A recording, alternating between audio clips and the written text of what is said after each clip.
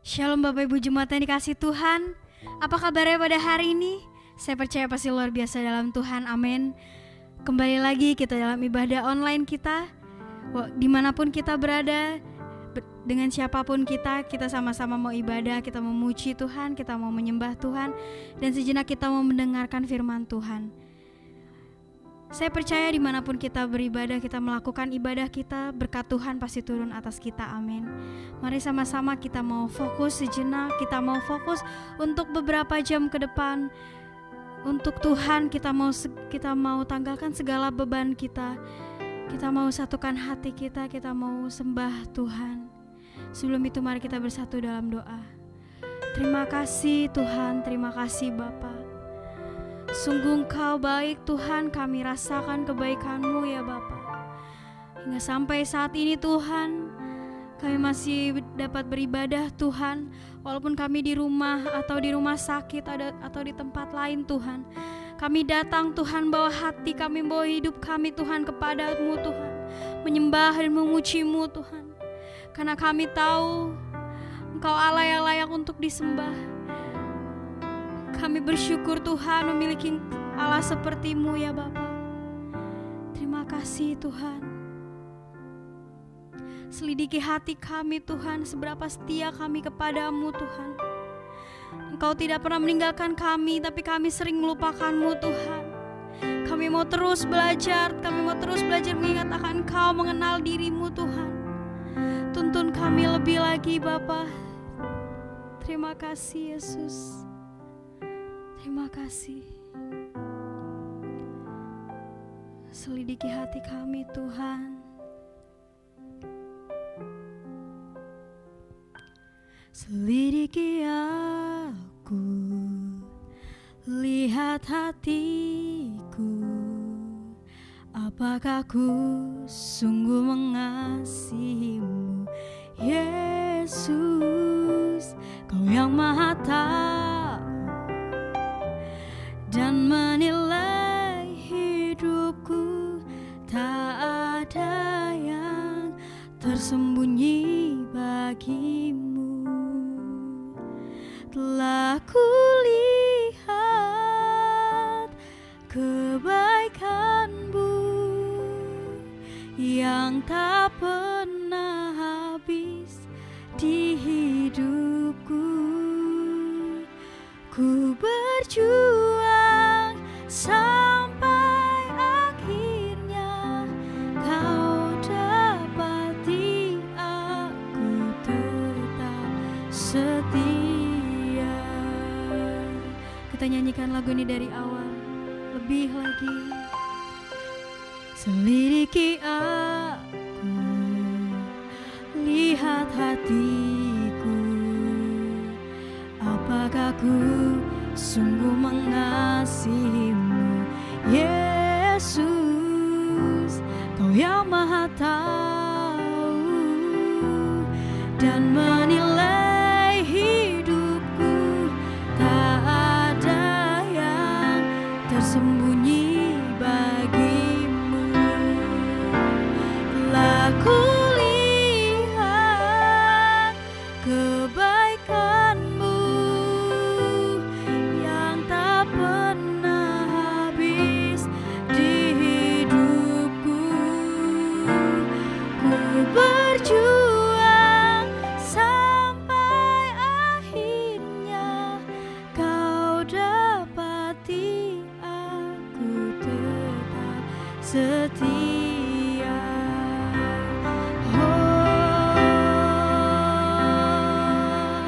Ku mau setia kepadamu,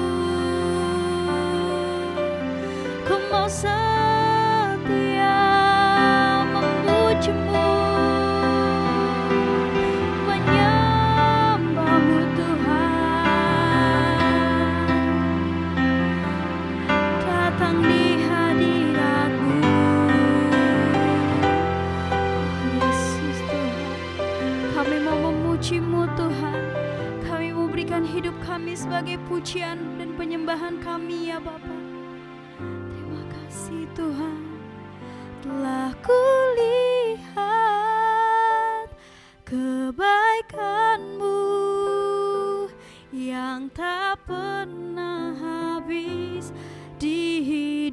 hidupku. Ku berjuang sampai akhirnya kau dapati aku tetap setia. Telah kulihat kebaikanmu yang tak pernah habis di hidupku. Ku berjuang sampai akhirnya kau dapati aku tetap setia. Kau dapati aku tetap setia. Kau dapati aku tetap setia.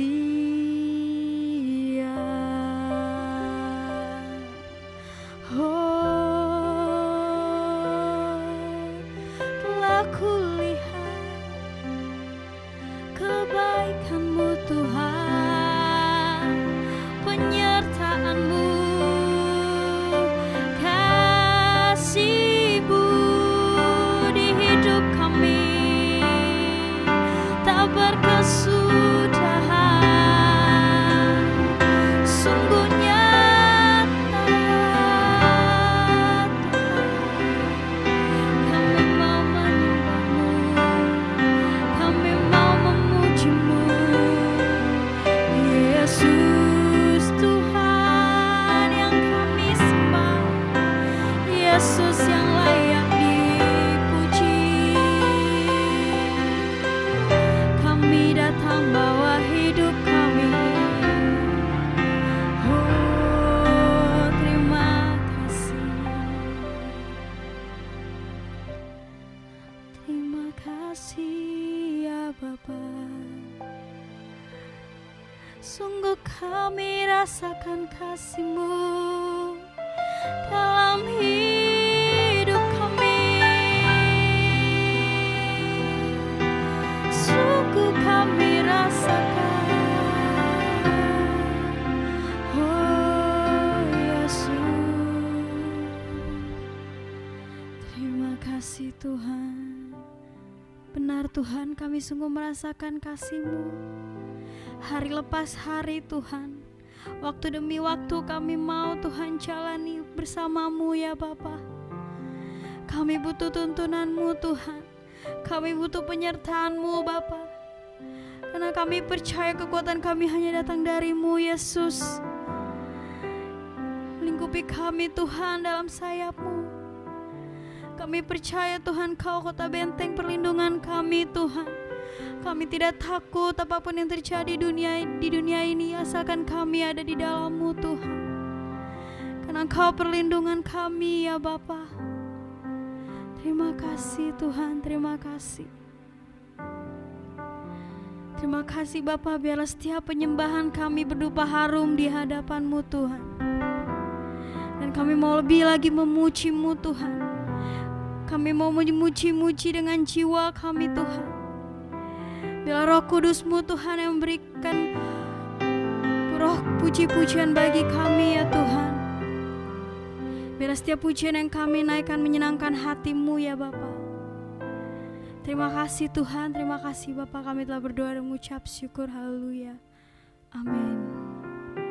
Katakan haleluya, haleluya. Kita naikkan pujian langit dan bumi, pujilah Tuhan. Berikan tepuk tangan bagi Tuhan.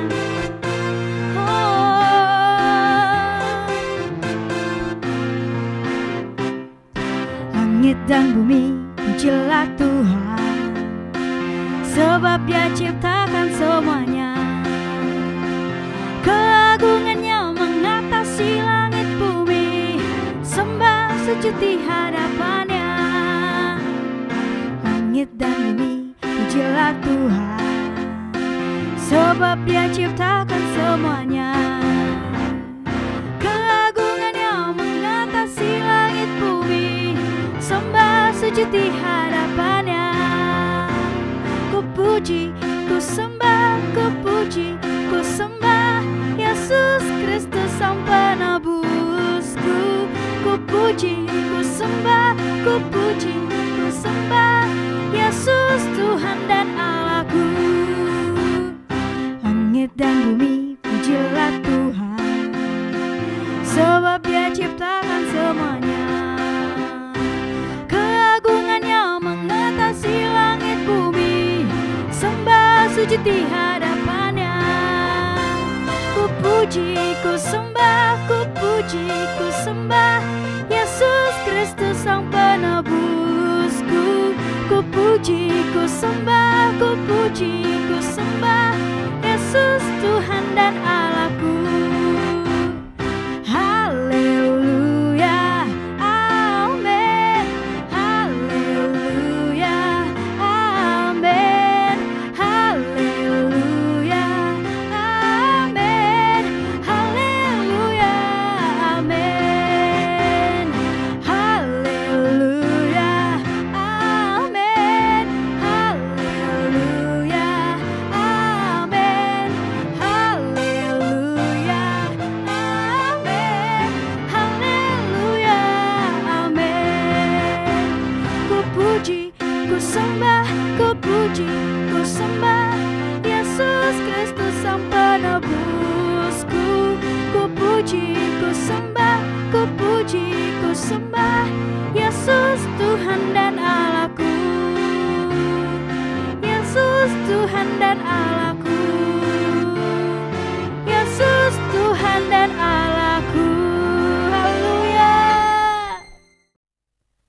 Shalom saudara-saudara, kita akan bersama-sama membacakan Mazmur 91 ayatnya yang pertama sampai ayatnya yang ke-16. Dalam lindungan Allah, orang yang duduk dalam lindungan yang maha tinggi dan bermalam dalam naungan yang maha kuasa akan berkata kepada Tuhan, tempat perlindunganku dan kubu pertahananku, Allahku yang kupercayai. Sungguh, Dialah yang akan melepaskan engkau dari jerat penangkap burung, dari penyakit sampar yang busuk. Dengan kepaknya Ia akan menudungi engkau, di bawah sayapnya engkau akan berlindung. Kesetiaannya ialah perisai dan pagar tembok. Engkau tak usah takut terhadap kedahsyatan malam, terhadap panah yang terbang di waktu siang, terhadap penyakit sampar yang berjalan di dalam gelap, terhadap penyakit menular yang mengamuk di waktu petang. Walau 1.000 orang rebah di sisimu dan 10.000 di sebelah kananmu, tetapi itu tidak akan menimpamu. Engkau hanya menontonnya dengan matamu sendiri dan melihat pembalasan terhadap orang-orang fasik. Sebab Tuhan ialah tempat perlindunganmu, yang maha tinggi telah kau buat tempat perteduhanmu. Malapetaka tidak akan menimpa kamu, dan tulah tidak akan mendekat kepada kemahmu.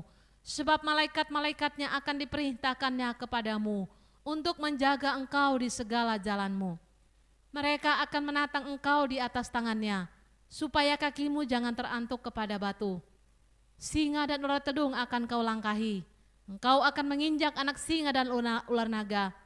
Sungguh, hatinya melekat kepadaku, maka aku akan meluputkannya. Aku akan membentenginya sebab ia mengenal namaku. Bila ia berseru kepadaku, aku akan menjawab. Aku akan menyertai dia dalam kesesakan. Aku akan meluputkannya dan memuliakannya. Dengan panjang umur akan kukenyangkan dia, dan akan kuperlihatkan kepadanya keselamatan daripadaku. Amin. Shalom saudara, Tuhan Yesus dalam amanat agung meminta kita untuk memuridkan dan kita sendiri harus menjadi seorang murid. Namun banyak orang yang menganggap menjadi seorang murid itu susah dan tidak menyenangkan. Padahal sesungguhnya hal itu justru sangat berguna bagi kehidupan kita. Oleh karena itu, edisi Voice of Pentecost kali ini kita akan membahas jati diri seorang murid. Dalam bahasa aslinya, murid berarti seseorang yang belajar. Dalam Alkitab, memuridkan adalah cara untuk memperluas kerajaan Allah. Inilah yang Tuhan Yesus lakukan selama pelayanannya di bumi ini. Ia mengajar dan melatih murid-muridnya untuk pada akhirnya diutus menjadi saksi. Dalam kitab para rasul, kita menemukan bahwa para rasul melakukan hal yang sama dengan apa yang Tuhan Yesus lakukan. Sehingga jumlah murid semakin bertambah di seluruh dunia sampai sekarang. Tentunya, hal ini tidak berarti semua orang percaya harus menjadi guru atau pengkhotbah. Namun sebagai murid, kita harus menjadi saksi melalui seluruh aspek kehidupan kita. Sebuah penelitian yang dilakukan oleh Russell McCann dan Marcia Webb pada tahun 2012 menunjukkan bahwa orang yang rajin membaca dan merenungkan firman Tuhan cenderung lebih setia kepada Yesus dan kuat dalam menghadapi tantangan. Hal ini sesuai dengan firman Tuhan yang berkata bahwa iman timbul dari pendengaran akan firman Tuhan. Itulah sebabnya kita harus lebih banyak membaca dan merenungkan firman Tuhan, agar pola pikir dan iman kita lebih kuat dalam menghadapi tantangan dan pergumulan hidup kita. Selain itu, kita juga dihadapkan dengan bahaya pengajaran sesat. Pengajaran sesat merupakan pola serangan iblis sejak di Taman Eden hingga akhir zaman. Karena iblis adalah bapa pendusta dan metodenya adalah dengan tipu muslihat. Untuk menghadapi tipu muslihat iblis adalah dengan pedang roh, yaitu firman Tuhan. Namun ada orang-orang Kristen yang tidak terlalu suka dengan pengajaran karena dianggap sebagai sesuatu yang rumit dan membosankan. Akibatnya, ada orang Kristen yang menganggap pengalaman rohani lebih penting daripada pengajaran. Mari kita renungkan ilustrasi ini. Mana yang Anda pilih? Melihat laut dari tepi pantai atau melalui sebuah peta? Berada di tepi pantai dan melihat laut secara langsung tentu memiliki kesan yang menyenangkan dibandingkan saat kita melihatnya melalui sebuah kertas yang terasa membosankan. Pengalaman rohani sama seperti melihat laut secara langsung dari tepi pantai, pasti lebih menyenangkan. Namun dengan menggunakan peta, kita dapat menyeberangi lautan dan peta dibuat berdasarkan pengalaman banyak orang. Pengajaran sama seperti peta, sepertinya membosankan, tetapi pengajaran disusun oleh orang-orang yang sudah mengalami banyak pengalaman rohani. Dan pengajaran memberikan perspektif yang lebih luas dibandingkan pengalaman rohani kita secara pribadi. Jadi, pengalaman rohani dan pengajaran sama pentingnya. Asumsi lainnya adalah menganggap pengajaran sebagai sumber perpecahan gereja. Namun, tidak semua perpecahan adalah sesuatu yang buruk, terutama ketika berhadapan dengan pengajaran yang bertentangan dengan Alkitab. Albert Mohler menggunakan istilah theological triage, yaitu metode untuk menentukan tingkat kekritisan sebuah pengajaran. Tingkat pertama, yang paling kritis, yaitu pengajaran dasar yang mempengaruhi keselamatan seseorang, yaitu pengajaran mengenai Alkitab adalah firman Tuhan, ketritunggalan Allah, ketuhanan Yesus, karya penebusan, keselamatan karena kasih karunia melalui iman hanya kepada Yesus Kristus. Pada tingkatan ini, maka perbedaan pengajaran sekecil apapun tidak dapat ditoleransi, sehingga penolakan dan perpecahan dapat diterima, bahkan mungkin harus terjadi dan tidak dapat dihindari. Tingkat kedua adalah pengajaran yang tidak mempengaruhi keselamatan, namun berpotensi memisahkan gereja. Contohnya, pengajaran mengenai kepastian keselamatan, metode baptisan air, serta baptisan dan karunia Roh Kudus. Mungkin saja kita memiliki doktrin yang berbeda dengan gereja non-Pentakosta, namun kita tidak dapat mengatakan bahwa mereka tidak diselamatkan selama mereka percaya kepada Yesus Kristus sebagai Tuhan dan Juru Selamat. Tingkat ketiga, pengajaran yang berbeda namun tidak esensial untuk memisahkan gereja, seperti pengajaran mengenai urutan peristiwa Second Coming dan akhir zaman. Tanpa mengenali tingkat kekritisan pengajaran ini, maka kemungkinannya perbedaan pengajaran sekecil apapun dapat mengakibatkan perpecahan. Di sisi lain, terjadi kompromi yang berbahaya ketika pengajaran yang bertolak belakang diterima di dalam gereja. Lalu, apa langkah praktis yang harus kita lakukan untuk menjadi seorang murid yang sejati? Mulailah dengan membaca Alkitab setiap hari, mendengarkan khotbah dan pengajaran yang sehat dari gereja, serta mengikuti kelas-kelas pengajaran di gereja kita. Ingat, seorang murid itu belajar. Belajar adalah sebuah usaha yang memerlukan ketekunan. Tuhan menegur bahkan mengutuk orang yang malas, baik yang malas bekerja maupun yang malas belajar. Marilah kita bertekun dalam pengajaran, dan Tuhan berjanji akan mempertajam telinga kita sebagai seorang murid. Maranatha, Tuhan Yesus memberkati.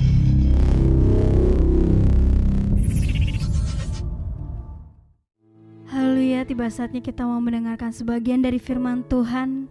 Sebelum itu bagi Bapak Ibu Jemaat Tuhan yang memberikan persembahan kasih, persembahan persepuluhan dan persembahan khusus lainnya dapat melalui nomor rekening yang tertera di bawah ini. Terima kasih, Tuhan Yesus memberkati kita semua. Haleluya. Sebelum itu kita mau sama-sama fokus, kita sama-sama mau buka hati kita untuk firman yang dibagikan, biarlah firman yang dibagikan dapat menjadi rema dalam hidup kita. Amin. Terima kasih Tuhan. Kami mau mengenal-Mu lebih dalam lagi Tuhan.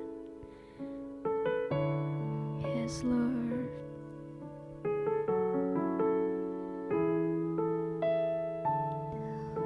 Thank you Jesus.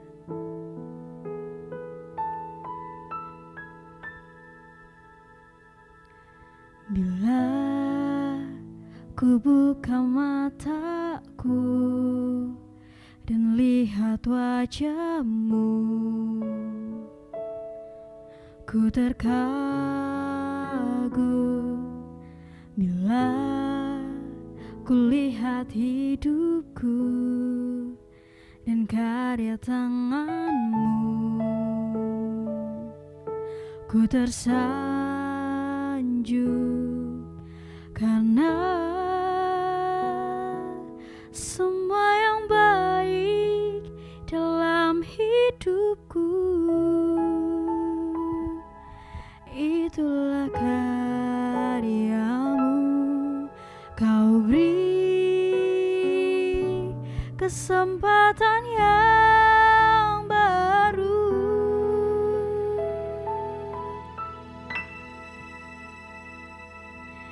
dan ku ingin mengenal-Mu Tuhan lebih dalam dari semua yang ku kenal. Tiada kasih yang melebihi-Mu, ku ada untuk menjadi penyembah-Mu.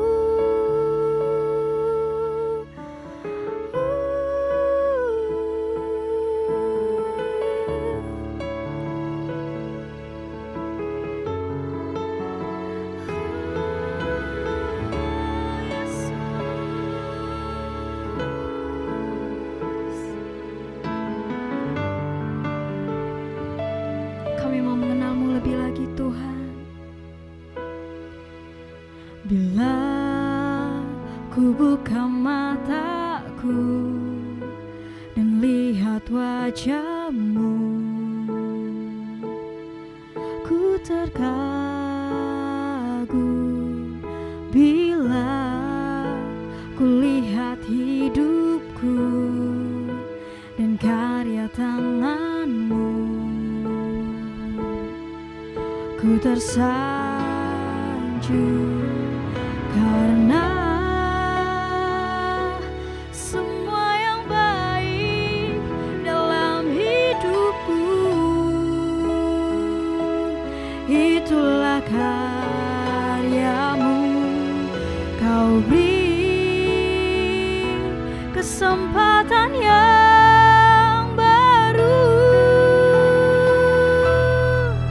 dan ku ingin mengenal-Mu Tuhan lebih dalam dari semua yang ku kenal. Tiada kasih yang melebihi-Mu, ku ada untuk menjadi penyembah-Mu.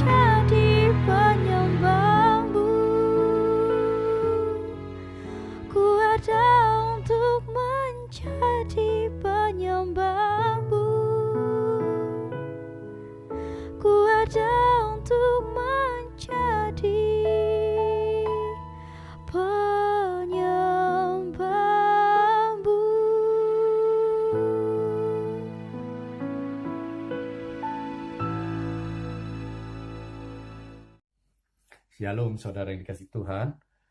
Hari ini kita akan belajar satu firman Tuhan yang sangat luar biasa dari Ratapan 3 ayat 22 dan 23. Firman Tuhan katakan demikian. Tak berkesudahan kasih setia Tuhan, tak habis-habis rahmat-Nya, selalu baru tiap pagi, besar kesetiaan-Mu. Sebelum kita melanjutkan firman Tuhan, mari kita berdoa. Tuhan Yesus, terima kasih buat hari ini kalau Engkau sudah mempertemukan kami dalam ibadah online dengan kekasih-kekasih Tuhan, sahabat-sahabat Tuhan dimanapun hamba-hambamu ini berada. Kami percaya bahwa renungan firman Tuhan pada hari ini akan memberikan kekuatan baru, akan menegur kami, akan mengajar kami, dan akan membuat kami lebih dekat kepada Tuhan. Allah Roh Kudus, Engkaulah akan menolong kami, mengurapi kami, sehingga kami mengerti akan kebenaran firman-Mu.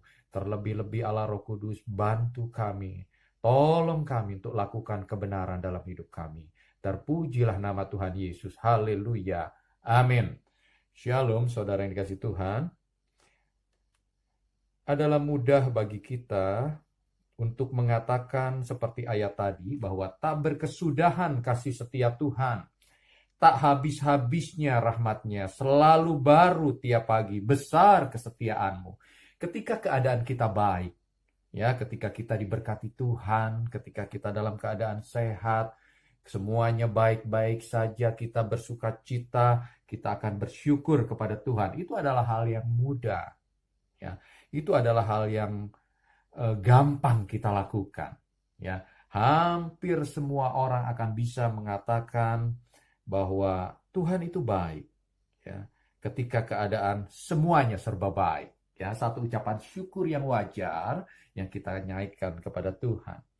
Tetapi di dalam kitab Ratapan ini, Yeremia, penulis daripada Ratapan ini, ketika dia mengatakan bahwa bagaimana tak berkesudahan kasih setia Tuhan, tak habis-habisnya rahmat-Nya, selalu baru tiap pagi, besar kesetiaan-Mu.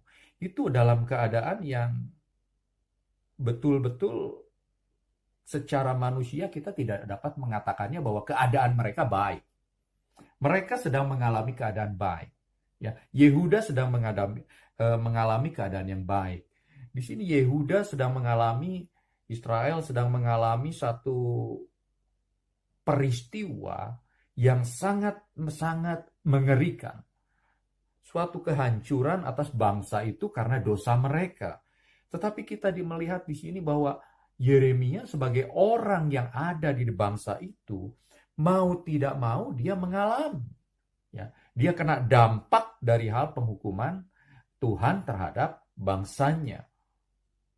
Tetapi satu hal yang dahsyat, bahwa di dalam situasi yang demikian mencekam, ya, amarah Tuhan yang begitu mengerikan, berbagai penderitaan terjadi, supaya bangsa itu bertobat dan berbalik dari dosa-dosa mereka, kesakitan, ya, kelaparan, penyerangan dari musuh.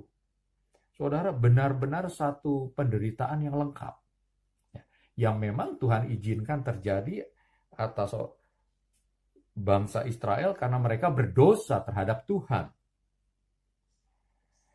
Yang pertama, Yeremia melihat sengsara dan penderitaan yang daripada Tuhan. Ratapan 3 ayat 1 mengatakan demikian. Akulah orang yang melihat sengsara disebabkan cambuk murkanya, cambuk murka Tuhan. Jadi saudara, benar-benar Yeremia, sang nabi, penulis daripada Ratapan ini mengalami, ada di dalamnya, dan dia melihat bagaimana penghukuman sengsara yang disebabkan murka Tuhan. Saudara, ini bukanlah situasi yang gampang, bukanlah situasi yang mudah ketika dia harus melihat penderitaan yang dialami oleh bangsanya. Demikian juga dengan kita ketika kita mengalami hari-hari ini pandemi bukan hanya di Indonesia tapi di seluruh dunia. Tidak mudah bagi kita untuk bersukacita karena pandemi ini. Sebaliknya, kita pun mengalami dampak dari pandemi ini. Ya, banyak orang bahkan di seluruh dunia mengalami dampak dari pandemi ini. Tetapi bisakah hari-hari yang cukup berat, cukup sukar bagi kita tetap berkata seperti penulis ratapan ini, ya, dalam situasi yang sangat kompleks ini, yang sangat tidak menguntungkan, sangat memberatkan bagi kita, masihkah kita tetap melihat kesetiaan Tuhan di dalam hidup kita? Masihkah kita tetap bersyukur kepada Tuhan dengan apa yang terjadi hari-hari ini? Ya. Yang kedua, penulis ratapan juga mengalami sakit dan penderitaan yang luar biasa. Sepertinya ketika dia mengalami itu tidak ada jalan keluar. Ya. Ratapan 3 ayat 2 dan 3 mengatakan, ia menghalau dan membawa aku ke dalam kegelapan yang tidak ada terangnya. Sesungguhnya aku dipukulnya berulang-ulang dengan tangannya sepanjang hari. Jadi saudara, Yeremia sendiri mengalami, ada di dalamnya. Ya. Dia mengalami rasa sakit itu. Dia mengalami penderitaan itu. Dia mengalami hal-hal yang tidak mengenakan itu di dalam diri, di dalam hidupnya. Saudara yang dikasihi Tuhan, seringkali kita pun alami itu hal-hal seperti ini di dalam hidup kita. Ya, di mana Tuhan sedang bangsa ini, bukan hanya bangsa ini, tapi saya percaya Tuhan sedang mendisiplinkan keadaan di dunia ini dengan maksud supaya mereka berbalik kepada Tuhan, ya, dengan maksud supaya mereka kembali mencari Tuhan.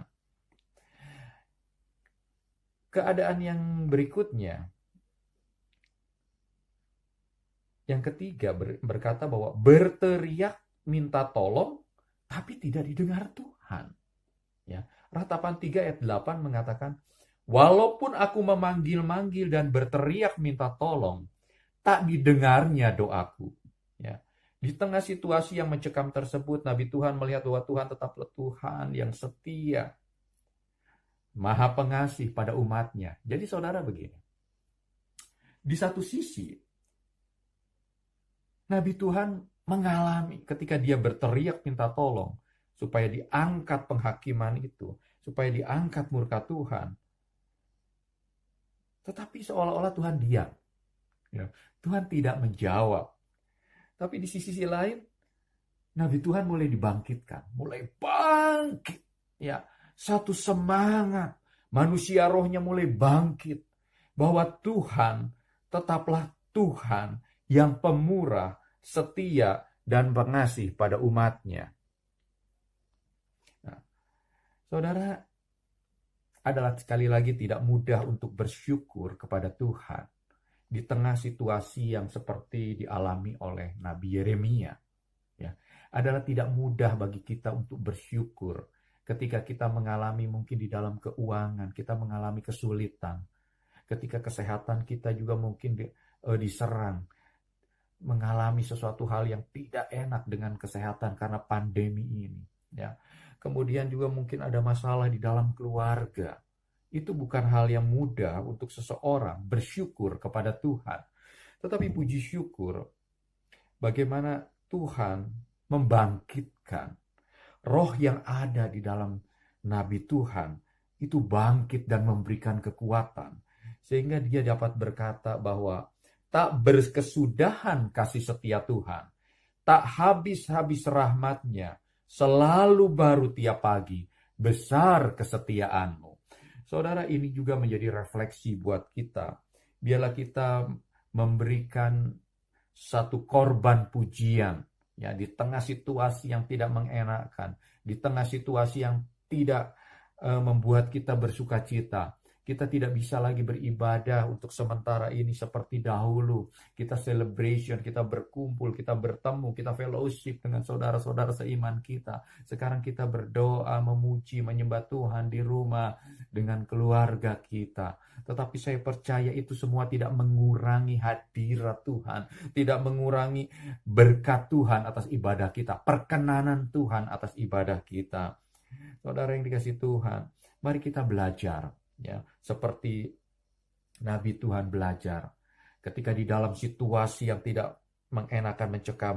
Dia melihat bahwa Tuhan tetaplah Tuhan, Tuhan yang setia, Tuhan yang besar, Tuhan yang tetap melimpahkan rahmat-Nya. Bahkan dituliskan setiap pagi baru. Saudara, mari hari-hari ini pun kita mulai baca firman, kita berdoa kepada Tuhan seperti yang pernah kita lakukan dahulu.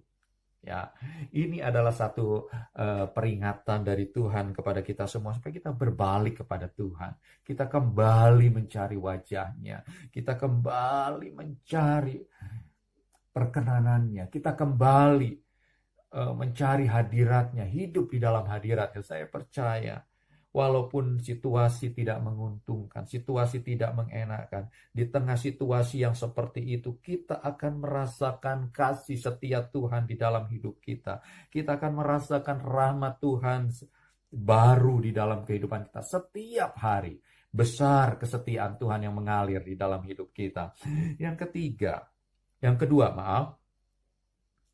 Nabi Tuhan mulai menyadari bahwa di dalam situasi yang seperti itu tidak baik dia berlari ke sana, dia berlari ke sini, mencari pertolongan ke sana, mencari pertolongan ke sini, menyalahkan ke sana, mencalahkan ini. Tetapi dia berkata bahwa menanti dengan diam pertolongan daripada Tuhan. Ya, menanti dengan diam pertolongan Tuhan. Ya, dalam Yeremia 17 bahkan dikatakan bahwa berbahagialah orang yang mengandalkan Tuhan. Ya, Yeremia membuktikan itu di dalam ratapan ini. Ratapan 3 ayat 26 dan 28 mengatakan, adalah baik menanti dengan diam pertolongan Tuhan. Adalah baik bagi seorang pria memikul kuk pada masa mudanya.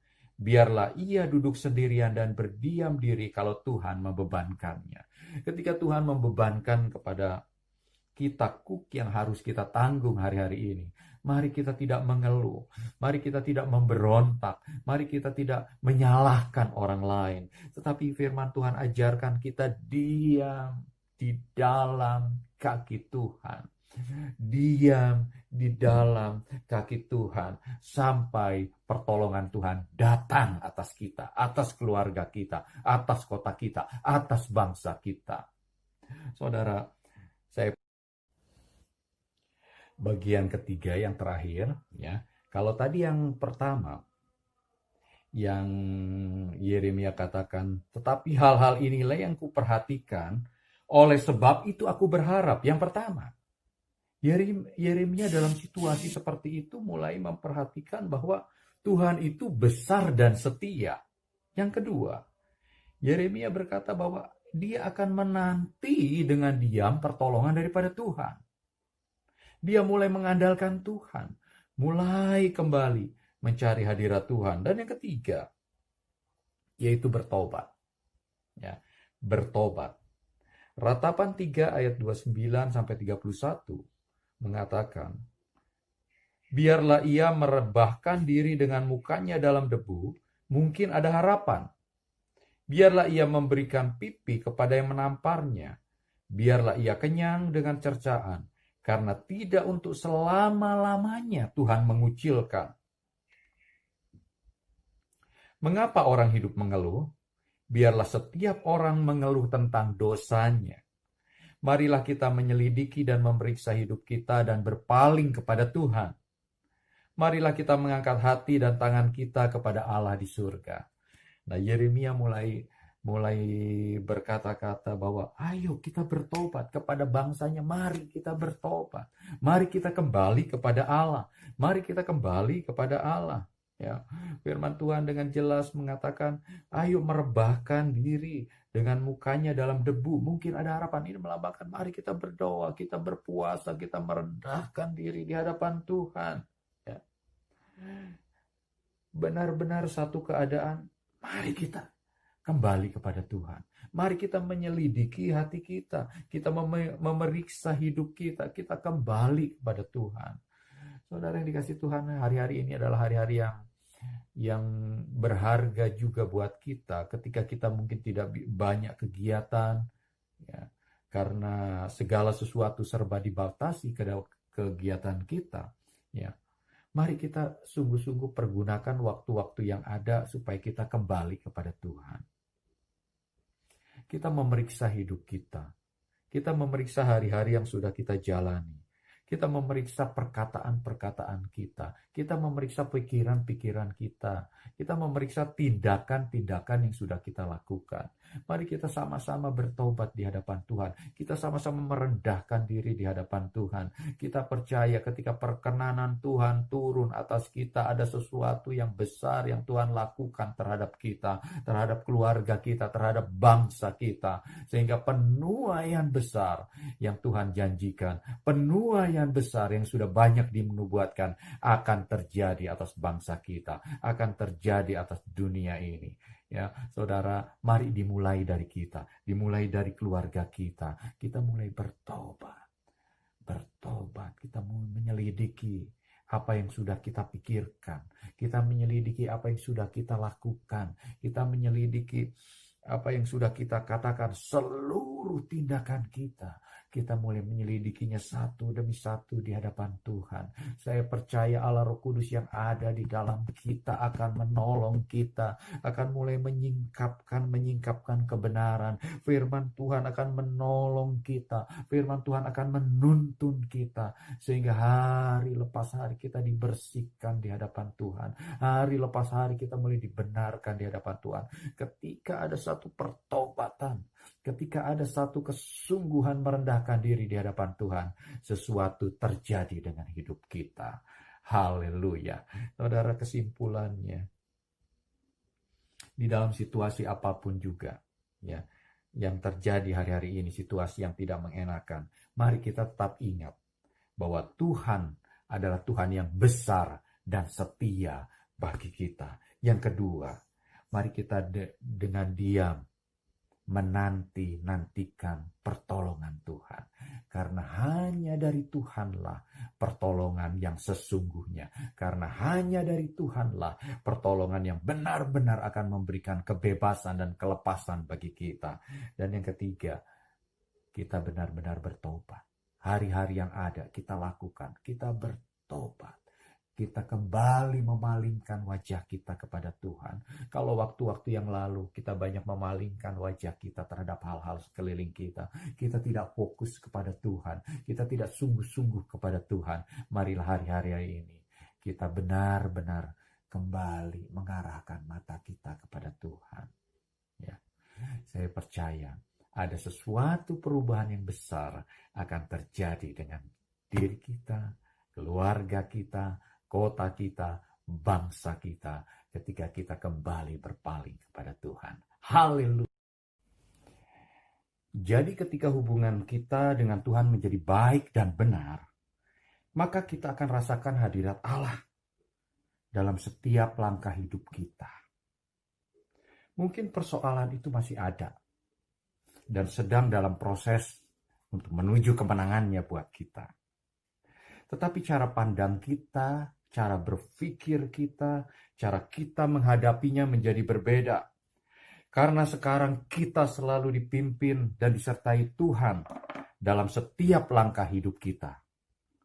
Kita percaya hasil akhir dari permasalahan yang kita hadapi adalah kemenangan bersama dengan Tuhan Yesus Kristus.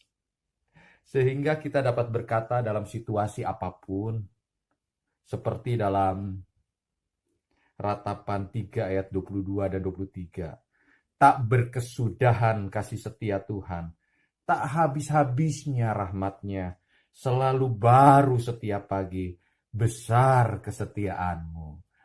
Amin. Kita berdoa. Bapa yang baik, firman-Mu sudah ditaburkan. Biarlah Allah Roh Kudus Engkau menyempurnakan firman ini.